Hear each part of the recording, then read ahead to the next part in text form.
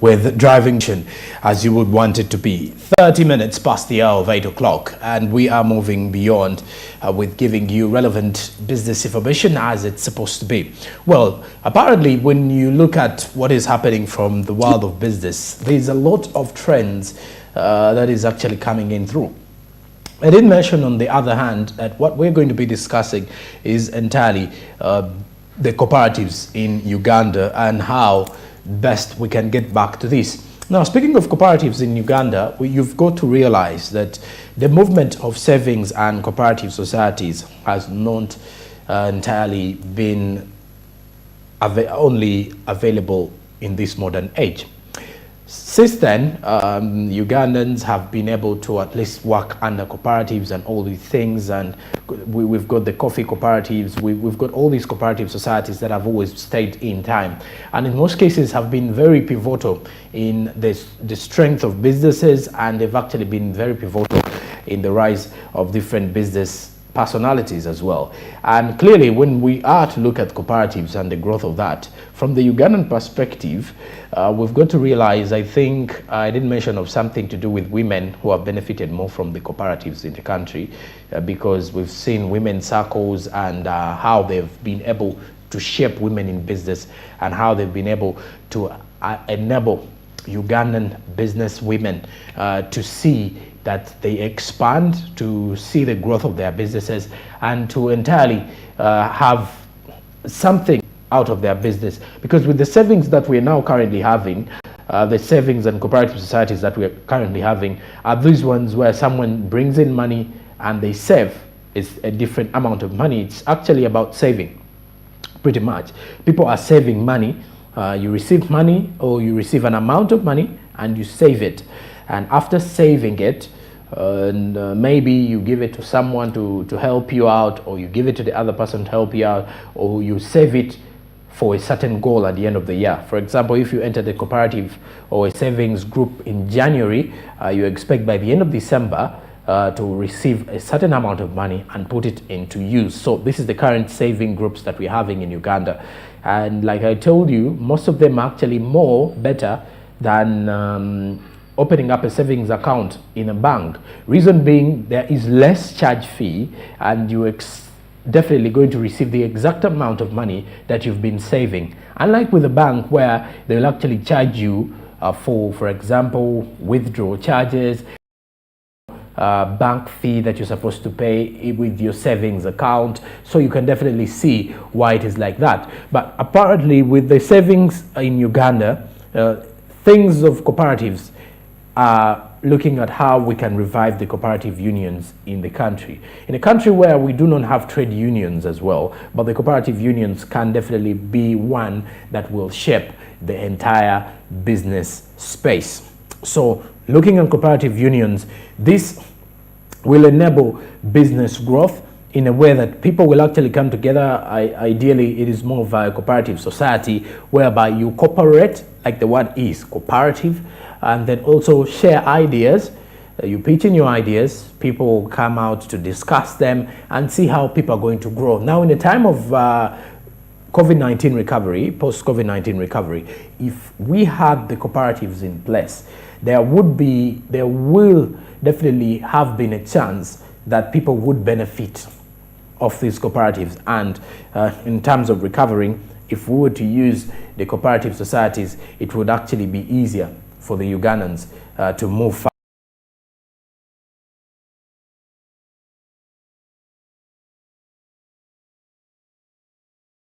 Our topic of discussion is where we're actually going to be heading to, and see how Uganda will benefit from these particular cooperative unions, and are they the answer to the challenges different workers are facing. And joining us this particular morning on Zoom is Enoch Nwabine, who is the chairman of Bukanga Dairy Farmers Cooperative, and he's as well a business advisor for Agritera and the Inclusive Dairy Enterprise. So he's going to be giving us more on the issues to do with cooperatives in Uganda, if we are to look at that, because we want to understand the cooperative unions. Can this be the growth of farmers? Can the cooperatives give an answer to the struggling farmers or to the struggling agricultural sector? Because at least with this, there would be a chance for the cooperatives to at least provide answers that the farmers will be looking at. For example, if the farmers want to at least get some quick loans, they can use cooperative unions to go in for some loans, and this can facilitate them. Then also, how about a cooperatives bank? Will it be a reality in the country? So joining us this morning on Zoom is Mr. Enoch Nuwabine, who is going to be giving us more of the details regarding cooperatives and how best can these particular ones be of good importance to those members under them. Good morning, Mr. Enoch. Thank you very much for joining us. Morning, Habib. All right, now. Good morning, how are you? Okay. So, Mr. Enoch, if you could at least, first of all, say hello to my viewers so that they can understand who we are speaking to this morning.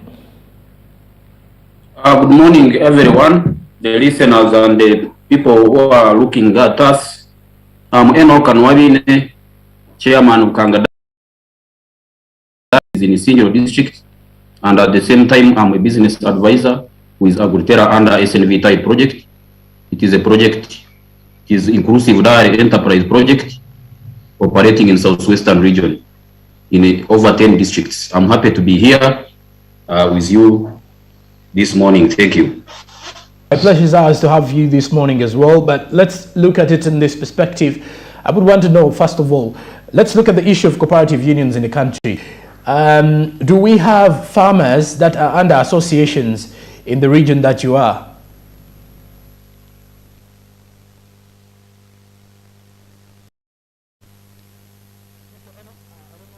You can hear me. I would want to pose this question once more.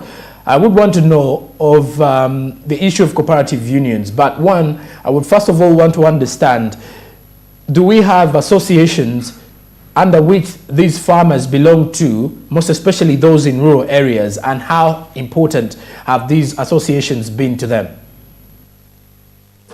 Thank you very much. Yes, we have cooperatives. You know, cooperatives, they have different levels, as I can call it. We have primary cooperatives, we have secondary, and those are the tertiary institutions. So they are also at different levels. So in my area, we have only primary cooperatives. For instance, Bukanga Cooperative, where I'm a chairperson, we are 256 members, and we come together. So there are also other cooperatives within the area. So cooperatives, they have issues, and at the same time, they have the role to play in the community as well. Then we have also cooperative unions. Though they, you know, we have different categories of cooperatives. For us, under Bukanga, ours is a producer cooperatives. We receive milk and bulk it. Then we sell together. Then we also have savings internally. We have a savings internally, where farmers also put savings together and then they come and borrow. So that's how we are operating. Then back to your question on the issues. Before I go to issues, let me first talk about the advantages of cooperatives. What is a cooperative? Cooperative is a business members who come together and join together voluntarily, and they are the members. It is the members also benefit from it. The cooperative is a business owned by members who uses its services and also benefit from it. So that is the definition of a cooperative. So they have advantages. Members come together, share the common values, common problems. If they are suffering from this, for instance, the market issues, when they put together, they attract the buyers, they attract them, they have the market for their produce. At the same time, they share the common values, they share the common problems, and then they find out the solutions. Yes, I agree with you. We still have the issues in cooperatives. For instance, we have we have the issues of member loyalty. Some members are not interested in working together. There are those who are selfish, who don't want to join others. But with this, it also depends on the governance. You know, cooperatives has 3 arms. They have governance, financial management, and then business. If, for instance, the governance is strong, the body is strong, when it is offering the services and member loyalty is good, then the members joins. The members have the feeling for their cooperatives. So of the challenges, and I would want you to at least give us more clarity on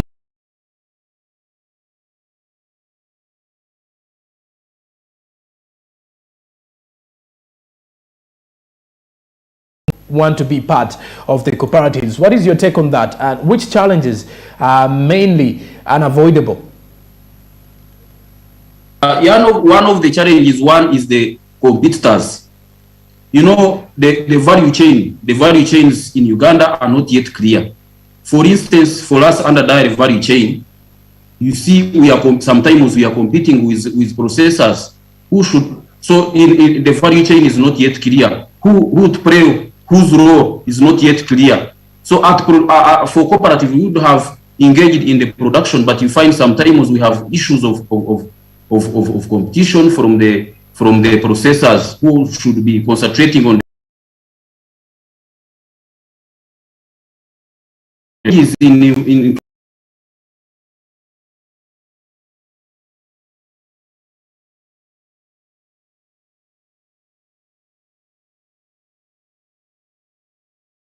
predictable.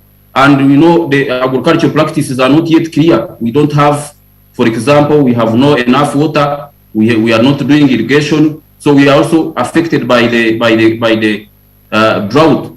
So then again, another issue is the issue of the pests and diseases. For animals, for us who are in animals, we have issues of this resistance of ticks, which eventually bring tick-borne diseases. So you find that the drugs that we buy, others are fake, and even the suppliers are not clear. We would have, for example, as cooperatives, we would have dealt with manufacturers themselves, but you find in between there, we have so many players in the market supplying the drugs, others supply the fake drugs. Then another challenge is the market for our produce. So you find that, especially during the time when we have big quantities, we fail to get to the market, and we have fluctuations of prices which sometimes are not predictable for you when you know business and you are not sure what will take place in the next 3 or 4 months. And when you have borrowed, for example, I want to give you an example. When, for instance, now the gate price, the farm gate price of milk is at 1,300, but you find in the next 4 months it has dropped to 500. So now assume someone has gone to the bank and borrowed the money, looking at the projections, and then the prices dropped to 500. Then definitely you will end up failing to pay back the loan. So we have also the issues of the fluctuations of prices of the agricultural products, the climate changes, the issue of market, sometimes the levels of income of some members. You know, as I have told you, with 250 members, we have different incomes. Members have not yet, the mindset of some farmers has not yet changed. They are still producing for consumption.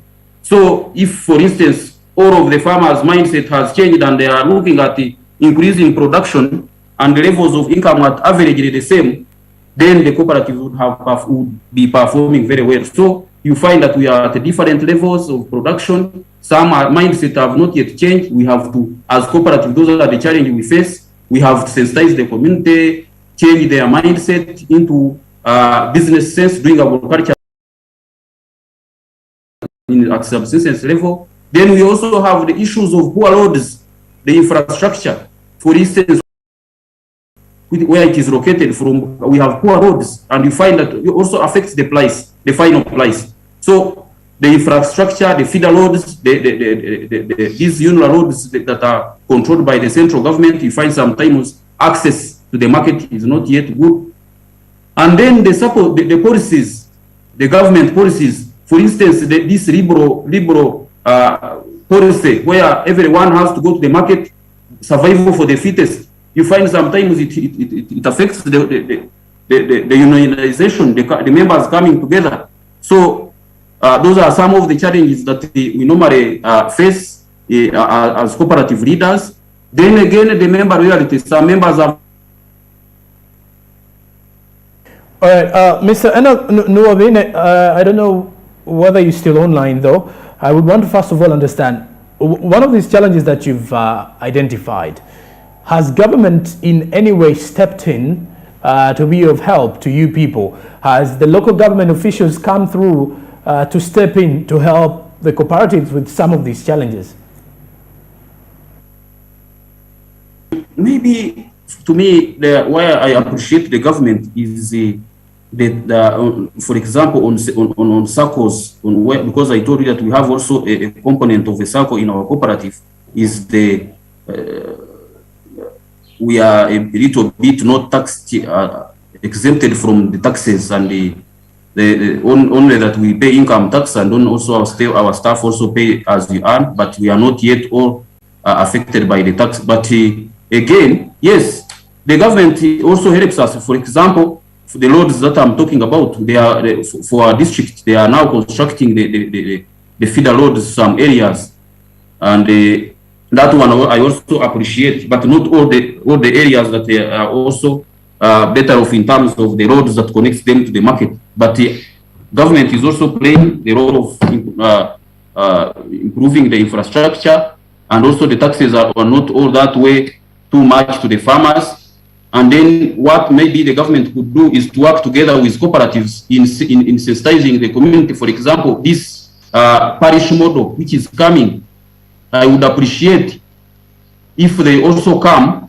They are forming the SACCOs in our community, but they should also come and join us and work together, because for us, when you look at sustainability, move the step, we know much better the farmers than those new SACCOs that are formed under parish model. So it would be better if they also join these producer cooperatives that have been existing, that knows the farmers very well, that have also seen the changes in the community, to work together. They build the capacity, because we still have the challenge of we are still financially constrained, because farmers have so many needs. For example, under Bukanga cooperatives, in the last 3 months, I did needs assessment. Some of the questions that have 4 things that could make them increase production. For each, I sampled 80 farmers. So I have a pool of the needs from the farmers that we need to satisfy as a cooperative. If the government can come and join us and work together, because we have already captured the needs of farmers, then it would be better. And it could, I expect even to be the way on how the economy can grow as well.